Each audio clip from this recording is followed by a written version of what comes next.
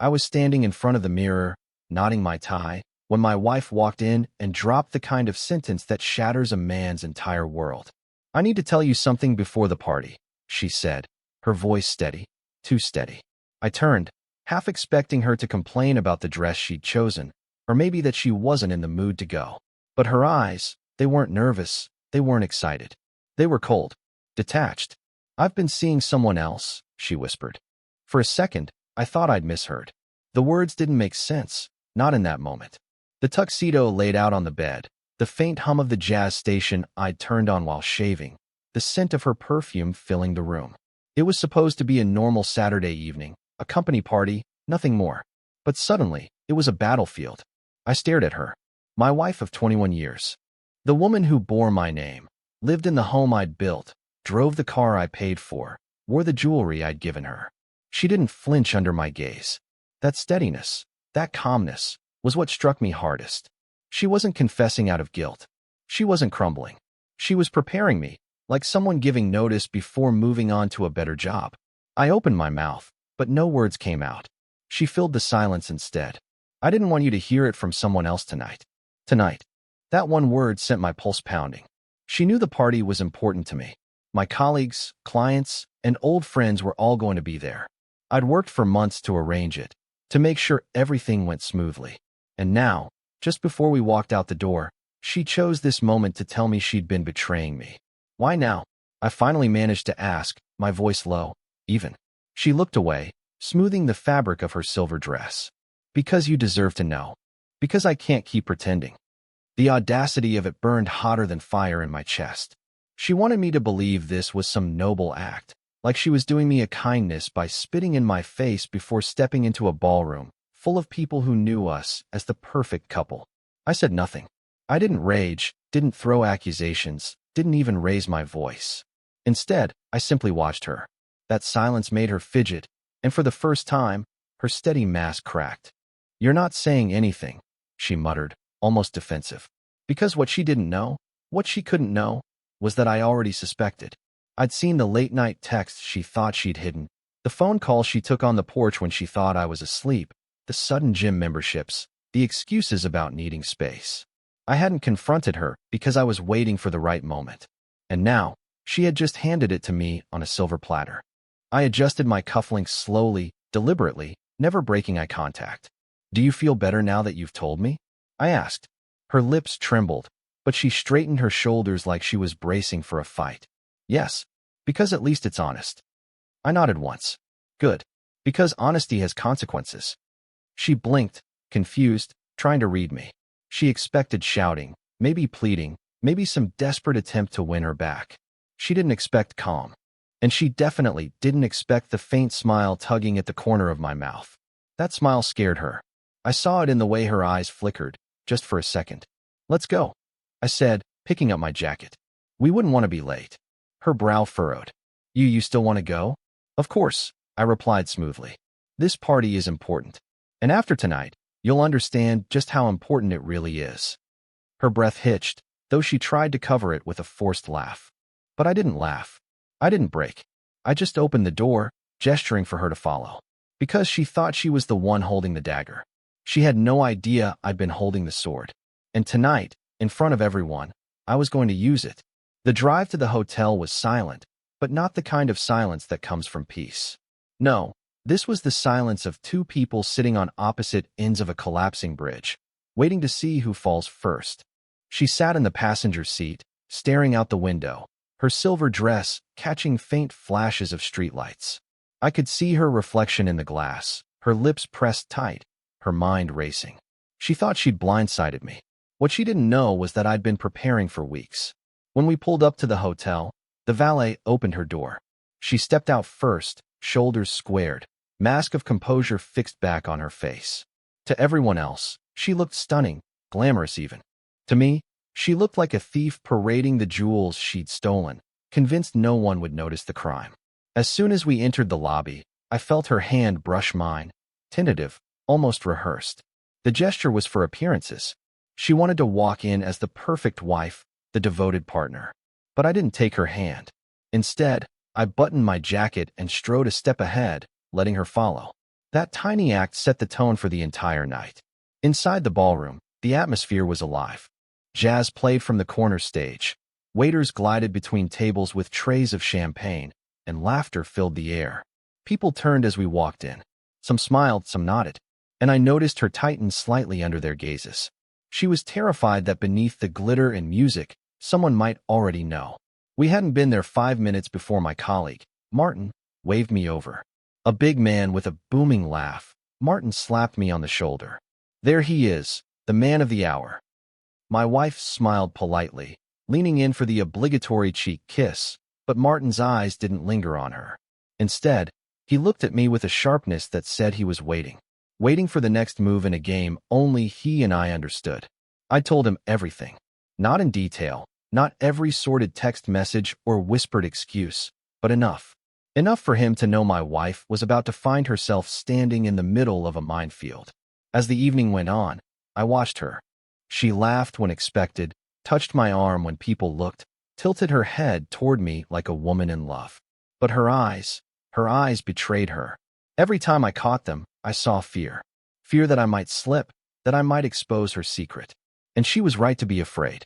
Halfway through dinner, I leaned toward her and spoke just loud enough for her ears. How's he doing tonight? Think he's missing you? Her fork froze midway to her lips. She didn't look at me, but her hand trembled ever so slightly. I don't know what you mean, she whispered. I chuckled softly, lifting my glass of wine. Of course you do. Her mask cracked thin, just a hairline fracture, but enough for me to know the dagger had landed. A few tables away, I saw him. The man. Younger, slick hair, self-satisfied smirk. He didn't know I'd spotted him, but I had. He was trying to play it cool, seated with his department colleagues, pretending to be just another guest. But his glances kept straying to her. And every time, I caught them. So that was her plan. Tell me she was seeing someone, then parade him in front of me at my own event, hoping I'd swallow my pride and pretend nothing was wrong. But she underestimated me. By the time dessert was served, the ballroom was humming. Champagne had loosened tongues, laughter was louder, and the night felt unstoppable. That's when I decided to make my first move. I stood, glass in hand, and tapped it lightly with a spoon. The sound rang clear, cutting through the music. Conversations died down. Heads turned. My wife's eyes widened, her hand clutching the tablecloth beneath her nails. Ladies and gentlemen, I began, my voice carrying across the room. I'd like to thank you all for coming tonight. This evening is about celebration, about recognizing loyalty, commitment, and trust, the things that build not just companies, but lives worth living. I let those words hang. Trust, commitment, loyalty.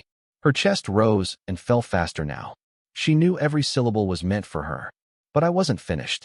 And tonight, I said, letting my gaze sweep the room before landing squarely on her, we're going to be reminded that truth, no matter how well hidden, always comes to light.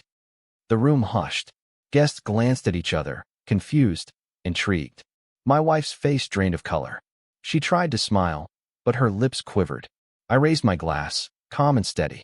To truth, I said, and the crowd echoed me, oblivious to the storm brewing at our table. I sat down slowly, leaning just close enough for her to hear my final words. This is only the beginning. She didn't touch her dessert. Not a spoonful. She sat frozen, smiling too wide, laughing a half-second late at every joke around the table. I knew the look, panic disguised as poise. Across the room, her lover shifted in his seat. He'd heard my words. I saw his jaw tighten, his glass stall halfway to his lips. He tried to hide it, but the guilt hung on him like a spotlight only I could see.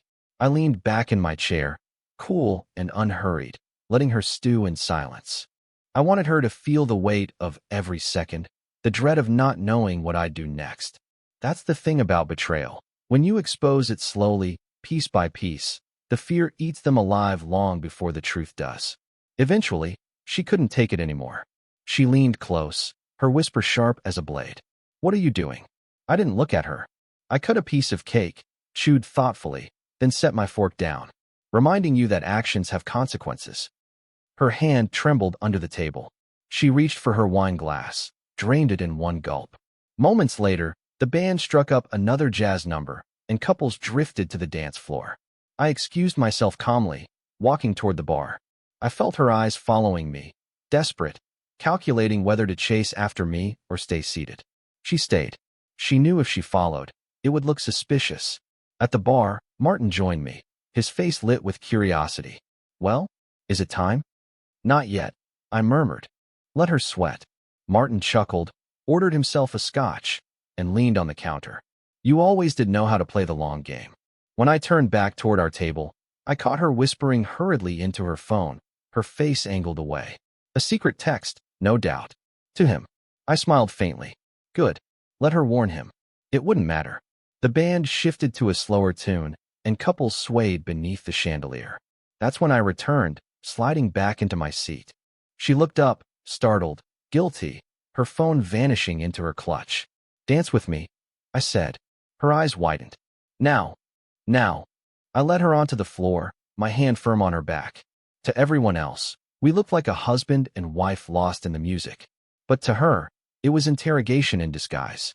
I leaned close, my lips almost brushing her ear. He's here tonight, isn't he?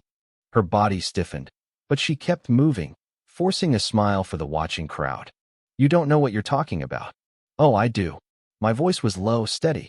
I know what time he texts you. I know which hotel you prefer. And I know he can't keep his eyes off you, even in a room this crowded. Her steps faltered, just slightly. Enough for me to feel it. Look at him, I whispered. He's right behind you, pretending not to listen. Should I wave him over? Introduce him properly? Her breath caught. She shook her head almost imperceptibly. Please don't. I tightened my hand on her back, guiding her through another turn. Then you understand. Tonight isn't about me losing. It's about you realizing you've already lost. The song ended, applause rising. I released her, but not before leaning close for one final whisper. Enjoy the rest of the evening, dear. Because when midnight strikes, the mask comes off. She stared at me, eyes wide, complexion pale under the ballroom lights. And for the first time all night, she looked exactly how I wanted her to look, terrified. The applause faded, and couples drifted back to their tables. She clung to my arm, trying to play the doting wife, but her hand was clammy, her grip too tight. Her smile, once radiant, now looked carved from stone. I guided her back to our table and let her sit. My colleagues chatted casually, oblivious to the storm swirling in her chest. But I saw it, her eyes darting toward the bar, toward him. Every few seconds, their glances collided, quick as lightning, guilty as sin. And then it happened. He stood, smooth as ever. He excused himself from his group and crossed the floor. My wife's breath hitched. She reached for her glass, nearly knocking it over. I didn't move. I just folded my hands and waited. Good evening, he said when he reached our table. His voice was warm, confident, practiced. To anyone else, he was just a colleague coming by for polite conversation. But I caught the flicker in his eyes when he looked at her. Too soft, too familiar. I stood, extending my hand. We haven't been properly introduced. I'm her husband. The pause before he took my hand told me everything. He hesitated, just a second too long, before gripping it. His smile didn't quite reach his eyes. Pleasure, he said. Is it? I asked softly. He blinked, unsure if he'd heard me right. My wife shifted in her chair, her fork clinking against the plate. This is Ethan, she said quickly, too quickly. He works in marketing. Ah, I replied, my voice calm. So this is Ethan. The way her shoulders tensed gave her away. She hadn't expected me to use his name. She hadn't realized I already knew. I gestured to the empty chair beside her. Join us. He hesitated again. I don't want to intrude. Nonsense, I said smoothly. You've already made yourself comfortable in other areas of our lives. A chair at my table is nothing. The blood drained from her face. She coughed, forced a laugh, tried to defuse. He's joking, she said, but her voice cracked. No, I said, still smiling. I'm not. The table went quiet. Martin's eyes flicked between us, understanding more than he let on. Ethan shifted in his seat, his confidence thinning under the weight of my gaze. I believe in transparency, I said, raising my glass. Don't you, Ethan? He cleared his throat. Of course. Good. Then we'll be very transparent tonight. My wife whispered urgently. Please, not here. I turned to her slowly, my smile never fading. Why not here? Why not now? These are our friends, your colleagues. Shouldn't they know the truth about the people they work beside? Her hand tightened around her clutch. Ethan glanced at her, silently pleading for a signal. Neither of them realized it yet, but the more they squirmed, the more obvious they became. I leaned back in my chair, savoring the silence that followed. The music, the laughter, the clinking of glasses, it all faded in my ears. The only sound that mattered was their breathing, shallow and uneven. "Don't worry," I said at last, my voice calm measured. "I'm not going to ruin the party." Relief flickered in her eyes. She exhaled slowly, loosening her grip. Ethan even managed a thin smile. But then I added, "Not yet." Her glass slipped from her hand, shattering against the floor. The sound drew every head at the table, then half the room. And in that single moment, all eyes turned to her. Exactly as I planned.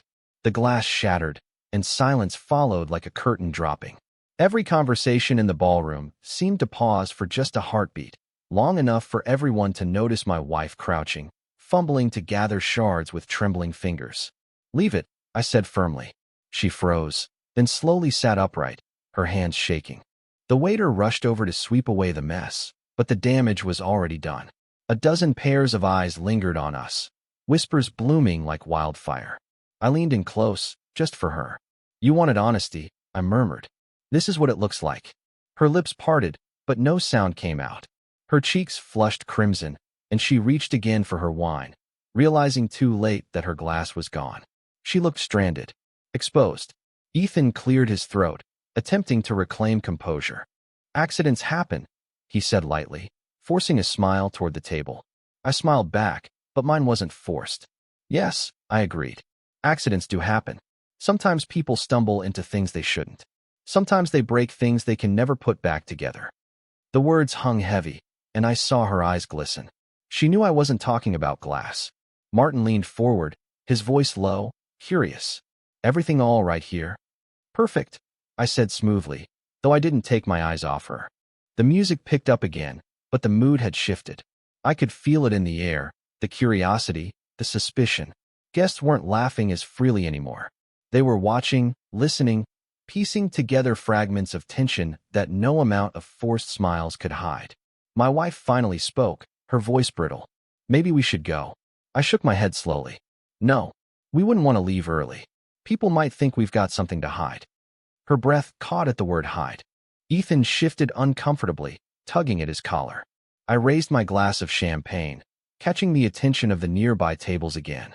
"To transparency," I said, letting my tone carry just enough to be heard by those closest. A few guests lifted their glasses uncertainly. Most didn't. They just watched. And that was enough. The whispers resumed, heavier now, spreading outward like ripples on water. She leaned toward me, desperation in her eyes. "Please stop," she whispered. "Not here. Not like this." I turned my head slowly, meeting her gaze with calm finality. "Exactly here. Exactly like this." Ethan started to rise, perhaps to excuse himself, but I placed my hand on his forearm, firm enough to root him in place. "Don't rush off," I said quietly, my smile polite but edged with steel. "You'll want to stay for the finale." His Adam's apple bobbed as he swallowed. Around us, the ballroom began to hum again, but the laughter wasn't as carefree. It was cautious, tense, the kind that happens when people sense something scandalous just beneath the surface. They were waiting, listening, bracing for the explosion, and I intended to give it to them. "Smile," I whispered to her. "The curtain hasn't even risen yet." She forced a weak smile, but her eyes betrayed her, wide, frantic, searching for a way out. There wasn't one. The murmurs in the ballroom were louder now, rolling through the crowd like distant thunder. People were pretending to laugh, pretending to dance, but their eyes kept drifting back to our table. They could feel it. Something was breaking. I dabbed my mouth with a napkin and stood slowly, commanding attention without even trying. "Shall we?" I said, gesturing to my wife and Ethan. She blinked. "Shall we what?" "Take a little walk," I replied smoothly. "I think the three of us should stretch our legs." Her eyes darted to Ethan, then back to me. She shook her head almost imperceptibly, but I was already moving. The crowd parted slightly as I led them toward the far end of the ballroom, near the wide staircase where the chandelier's light poured down like a spotlight. "Perfect. Everyone's watching," she hissed under her breath. "Exactly," I said. At the base of the staircase, I stopped and turned, letting the music swell behind us. Ethan hovered awkwardly, his confidence unraveling by the second. My wife stood rigid, her smile a mask stretched too thin. I raised my voice just enough to carry to the nearby tables. I want to introduce you all to someone very important. This is Ethan. You might recognize him from marketing. Polite nods followed, though several faces already looked uneasy, sensing where this was headed. And of course, I continued, you all know my wife. 21 years by my side. Loyal. Devoted. I let the words drip with deliberate weight. Or at least, that's what I thought. A hush fell. She grabbed my arm, nails digging in. Stop, she whispered, her voice trembling. I ignored her. What many of you don't know, I said, scanning the room, is that truth has a way of revealing itself, even in places like this. Ethan coughed nervously. Maybe this isn't the quiet, I said without raising my voice. The authority in my tone cut him off like a knife. My wife's face crumbled. Please, she whispered again, but the words sounded like begging now, not defiance. I leaned closer, my voice low enough for only them to hear. You wanted freedom? You wanted honesty? Then let's give them the truth. Her knees buckled slightly, and she reached for the railing to steady herself. Ethan shifted from foot to foot, glancing at the crowd, realizing escape would mean more suspicion than staying. The whispers swelled, people craning their necks, champagne glasses frozen midair. The band faltered, the song collapsing under the weight of curiosity. I straightened, my voice calm and clear. Some of you may have wondered why I raised a toast to transparency earlier. It wasn't random. It was foreshadowing. A ripple moved through the room. Confusion, intrigue, dread. My wife's lips trembled. Ethan's jaw tightened. I paused deliberately, letting the silence do its work. Then I added, softly but firmly, because tonight, the masks come off. Gasps. Whispers. Dozens of eyes locked on us. My wife's hand shot out, gripping mine with desperate force. Don't do this, she begged under her breath. I met her gaze evenly. I already have. And with that, the curtain of secrecy they'd hidden behind all this time began to collapse in front of everyone. The room held its breath. You could feel it, every whisper, every glance, every glass of champagne suspended midair. All eyes were on us, waiting for the punchline, praying for the drama. I let the silence drag, then spoke with calm precision. For months, I've been told I was paranoid, that I was imagining things, that late nights, hushed phone calls, and sudden absences meant nothing. I turned my gaze toward Ethan, who visibly stiffened. But lies have a funny way of unraveling when you pull the right thread. Her voice cracked. Stop, please. I ignored her. Everyone here knows me as a man who values loyalty. In business, in friendship, and especially in marriage. I raised my hand slightly, gesturing toward her without looking directly at her. 21 years, I believed I had that loyalty. Murmurs rippled through the crowd. People exchanged looks, some wide-eyed, others grim. Then I turned squarely to Ethan, until she decided to share it with one of her colleagues. The words landed like a thunderclap. Gasps filled the ballroom. My wife's hands flew to her face, tears threatening to spill. Ethan's mouth opened, but no words came, only a stammered breath. No, she whispered. No, you can't. I cut her off. You told me just before we came here tonight. You thought admitting it would somehow make it noble. But what you didn't know, darling, was that I already had the proof. I pulled my phone from my jacket pocket, tapped the screen, and held it up. The image glowed under the chandelier's light. A photo of her and Ethan, unmistakable, caught in an embrace outside the hotel weeks ago. The crowd erupted. Some gasped. Others whispered furiously. A woman covered her mouth with her hand. Martin, standing at the edge of the crowd, shook his head slowly. Ethan lunged forward. That's not what it looks like. But his protest only made him look guiltier. The room wasn't listening to him anymore. They'd seen enough.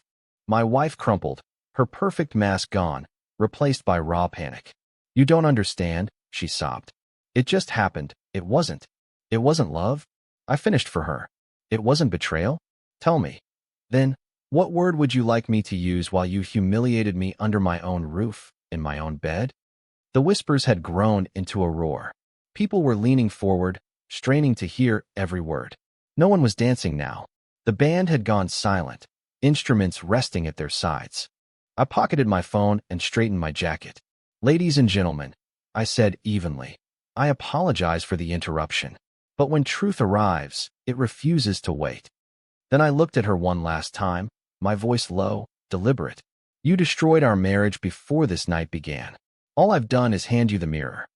And with that, I turned, leaving her sobbing under the weight of 100 eyes and Ethan standing pale, stripped of every ounce of charm he once thought he had. I walked off the dance floor with steady steps, leaving the murmurs to swell behind me. I didn't look back. I didn't need to. The image of her crumbling under those lights would be etched in every guest's memory far longer than mine. At the edge of the ballroom, Martin caught my arm.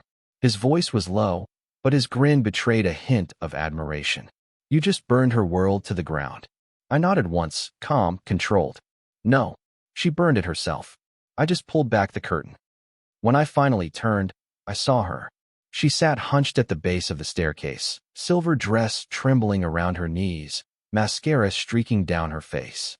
Ethan hovered nearby, trying to whisper something comforting, but she shoved his hand away. The same man she'd gambled our marriage on couldn't even stand with her in the wreckage. That was the moment I knew she was truly alone. Guests avoided her like a fire no one wanted to touch. A few whispered sympathetically, but most shook their heads. Reputation is currency, and she'd just bankrupted herself in front of the very people she relied on for status. I left before midnight, walking into the crisp night air with my head high. The valet handed me my keys without a word, eyes wide from the spectacle he'd overheard through the open doors. I slid behind the wheel, exhaling slowly, letting the tension drain out of me. For the first time in months, I felt free. The fallout came quickly. Monday morning, my phone buzzed with messages, colleagues praising me for my composure, friends telling me I did the right thing. By noon, word had spread beyond the ballroom. People love a scandal, but they respect a man who refuses to be humiliated in silence. Her call started that same day, first begging, then bargaining, then raging. I answered none. By the end of the week, I'd moved into my own place, and the lawyer's office was already drafting papers. She'd expected me to shout, to beg, to cling. Instead, I dismantled her carefully built illusions in front of the very audience she'd tried to impress. And that broke her in a way no argument ever could. Ethan? He disappeared from the company within a month. Transferred, some said. Fired, others whispered. Either way, his career was over before it truly began. Nobody wanted to trust a man whose face had been plastered across a scandalous photo at a company gala. And her? She became the subject of every whispered conversation in every hallway. The glamorous, untouchable woman reduced to a cautionary tale. A living reminder that deceit always finds the light. As for me, I carried myself forward with dignity. I didn't seek revenge beyond that night. I didn't need to. The truth had already done the work. Because in the end, she thought telling me before the party would free her. She thought it would soften the blow, control the story. But my response didn't just destroy her secret. It destroyed the image she'd built, the life she'd clung to, the pride she wore like armor. And I didn't raise my voice once. I only told the truth.